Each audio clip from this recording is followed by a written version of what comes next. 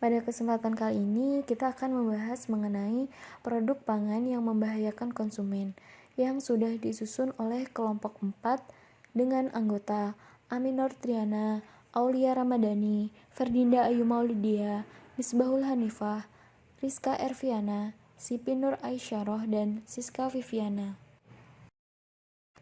Untuk pembahasan yang pertama, kita akan membahas mengenai penerapan Undang-Undang Perlindungan Konsumen, Produk Makanan dan Minuman bagi Konsumen.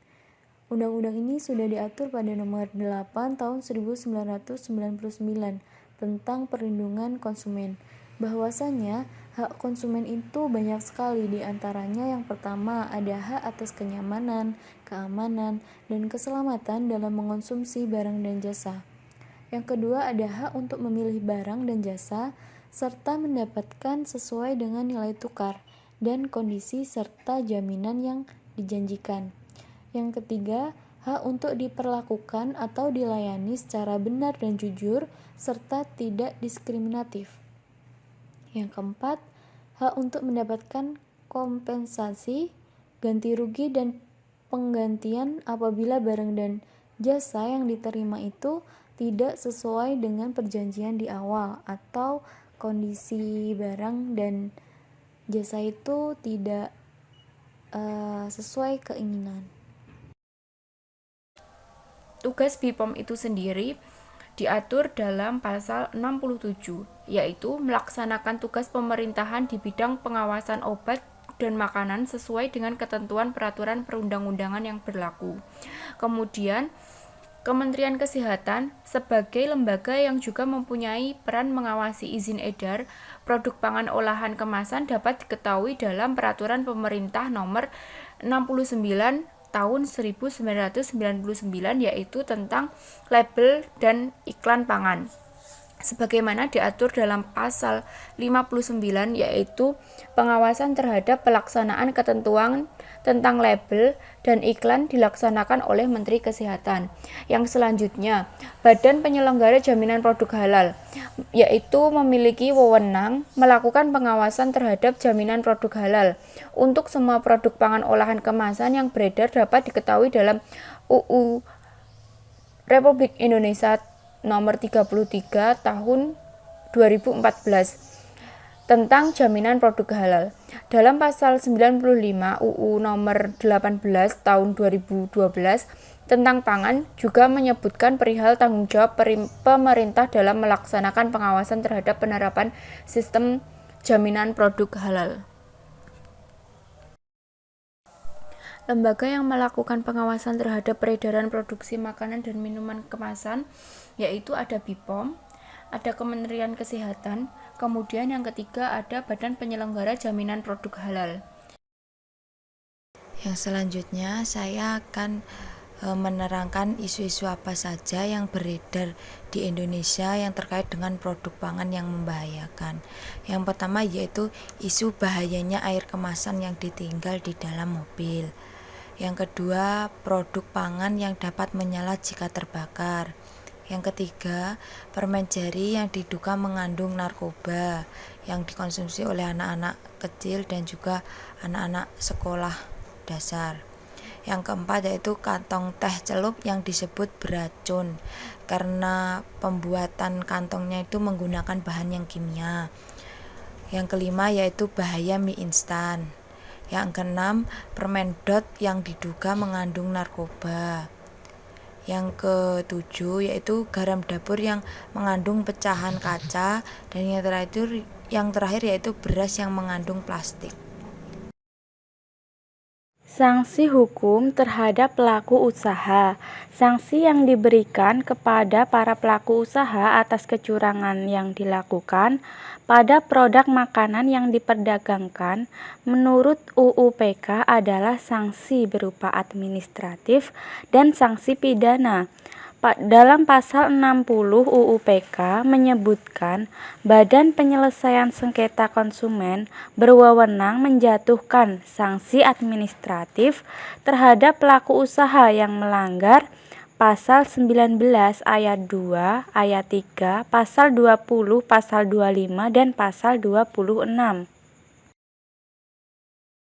Selanjutnya adalah efektivitas Badan Pengawasan Obat dan Makanan terhadap izin edar. Pengawasan yang dilakukan Badan Pengawasan Obat dan Makanan terdiri dari dua bentuk. Yang pertama, pre-market control, yaitu pengawasan yang dilakukan sebelum makanan dan obat diizinkan untuk diproduksi atau diimpor dan diedarkan di Indonesia, yang harus terlebih dahulu dilakukan evaluasi untuk menilai keamanan, mutu, dan kemanfaatan serta label atau informasi produk tersebut. Yang kedua adalah post-market control, yaitu pengawasan yang dilakukan setelah produk beredar dengan cara inspeksi terhadap sarana industri atau produksi, sediaan obat dan makanan secara rutin, dengan tujuan melakukan pengawasan langsung atas kegiatan produksi dan distribusi dan untuk memastikan apakah pelaku usaha konsisten dalam menerapkan cara-cara produksi atau distribusi. Adapun langkah-langkah yang dilakukan BPOM dalam pelaksanaan inspeksi adalah sebagai berikut. 1. Mencari atau mendapatkan info dari masyarakat. 2. Melakukan investigasi ke tempat kejadian seperti pasar tradisional, supermarket, swalayan, dan lain-lain. Yang ketiga adalah sampling. Yang keempat, menguji sampel di laboratorium. 5.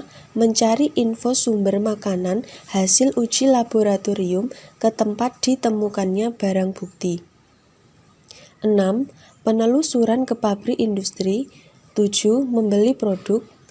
8. Dengan menguji produk dan pencocokan dengan sampling. Selanjutnya yaitu pidana bagi penjual makanan yang mengandung bahan berbahaya. Berikut adalah peraturan perundang-undangan tentang bahan kimia berbahaya. Yang pertama yaitu Undang-Undang Nomor 18 Tahun 2012 tentang Pangan. Pasal 136 yang berbunyi, setiap orang yang melakukan produksi pangan untuk diedarkan yang dengan sengaja menggunakannya. Nah, bahan yang dilarang digunakan sebagai bahan tambahan pangan sebagaimana dimaksud dalam pasal 75 ayat 1, seperti formalin maupun boraks. Penjual ini akan dikenakan pidana penjara paling lama 5 tahun atau denda paling banyak 10 miliar rupiah. Selanjutnya yaitu menurut pasal 111 ayat 1 Undang-Undang Nomor 36 Tahun 2009, yaitu tentang kesehatan, makanan, dan minuman yang dipergunakan untuk masyarakat harus didasarkan pada standar atau persyaratan kesehatan. Yang terakhir yaitu Undang-Undang Nomor 8 Tahun 1999 tentang perlindungan konsumen.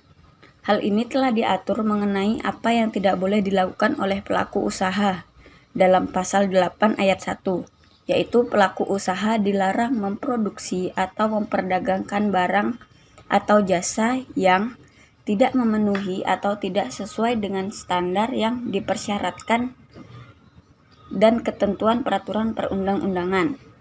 Selanjutnya yaitu tidak sesuai dengan yang dicantumkan di label seperti berat bersihnya, takarannya, mutu, komposisi, bahkan tidak mencantumkan tanggal kadaluarsa. Selanjutnya yaitu jika ia mencantumkan label halal, tetapi proses produksi tidak dilakukan dengan halal. Selanjutnya yaitu tidak memasang label atau membuat penjelasan barang yang memuat nama barang, ukuran, neto, komposisi, aturan pakai, tanggal pembuatan, akibat sampingan, nama dan alamat pelaku usaha, serta keterangan lain untuk penggunaan yang menurut ketentuan harus dipasang atau dibuat. Yang terakhir yaitu tidak mencantumkan informasi atau petunjuk penggunaan barang dalam bahasa Indonesia sesuai dengan ketentuan perundang-undangan yang berlaku. Nah, selain hukuman penjara paling lama 5 tahun atau denda paling besar 10 miliar tersebut, adapun pasal 63 Undang-Undang Nomor 8 Tahun 1999 tentang perlindungan konsumen. Dapat juga dijatuhkan hukuman tambahan berupa perampasan barang, pengumuman keputusan hakim, pembayaran ganti rugi, serta perintah penghentian kegiatan tertentu yang menyebabkan timbulnya kerugian konsumen, kewajiban penarikan barang dari peredaran atau pencabutan izin usaha. Sekian dan terima kasih.